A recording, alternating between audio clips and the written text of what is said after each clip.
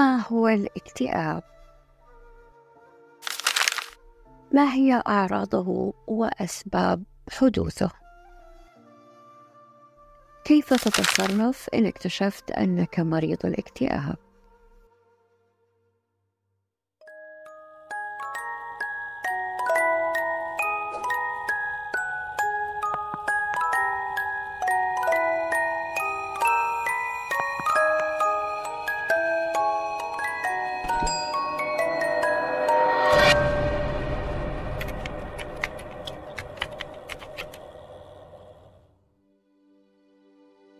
الاكتئاب هو اضطراب مزاجي يسبب شعورا دائما بالحزن وفقدان الاهتمام، ويسمى أيضا اضطراب اكتئابي رئيسي أو اكتئاب سريري، يؤثر على شعورك وتفكيرك وسلوكك، ويمكن أن يؤدي إلى مجموعة متنوعة من المشاكل العاطفية والجسدية. فقد تواجهك صعوبة في القيام بالأنشطة اليومية العادية، وأحيانا قد تشعر كما لو أن الحياة لا تستحق العيش. أعراض الاكتئاب. مع أن الاكتئاب قد يحدث مرة واحدة فقط في العمر، فعادة ما يعاني الأفراد نوبات متعددة منه. في أثناء هذه النوبات تحدث الأعراض أغلب اليوم وكل يوم تقريبا، وقد تتضمن ما يلي: مشاعر الحزن، البكاء أو اليأس، نوبات غضب أو إحباط حتى من الأمور البسيطة، فقدان الاهتمام أو المتعة في معظم الأنشطة العادية أو جميعها كالهوايات والرياضة، اضطرابات النوم بما في ذلك الأرق أو النوم أكثر من اللازم، الإرهاق والافتقار إلى الطاقة، فحتى المهام الصغيرة تستغرق مزيداً من المجهود، فقدان الشهية والوزن أو الرغبة الشديدة في تناول الطعام وزيادة الوزن، القلق أو الإثارة أو التململ، الشعور بانعدام القيمة أو الذنب مع التركيز على إخفاقات الماضي أو لوم النفس، مشاكل في التفكير، التركيز واتخاذ القرارات وتذكر الأشياء، أفكار متكررة أو مستمرة عن الموت أو أفكار عن الانتحار،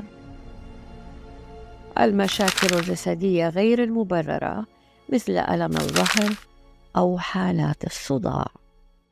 عادة ما تكون الأعراض لدى العديد من المصابين بالاكتئاب من الحدة بما يكفي لإحداث مشاكل ملحوظة في الأنشطة اليومية، مثل العمل، الذهاب للمدرسة، الأنشطة الاجتماعية أو العلاقات مع الآخرين.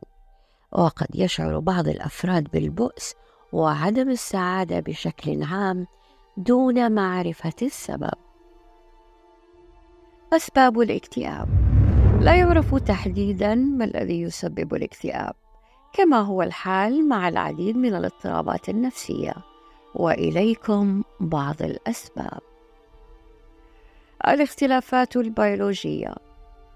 يبدو أن الأشخاص المصابين بالاكتئاب لديهم اختلافات فيزيائية في أدمغتهم لا تزال غير مؤكدة.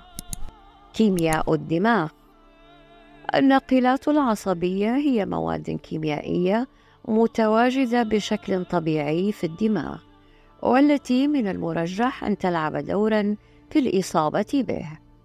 تشير البحوث الأخيرة إلى أن التغيرات في وظيفة هذه الناقلات العصبية وتأثيرها وكيفية تفاعلها مع الدوائر العصبية المشاركة في الحفاظ على استقرار الحالة المزاجية قد تلعب دورا مهما في الاكتئاب وعلاجه.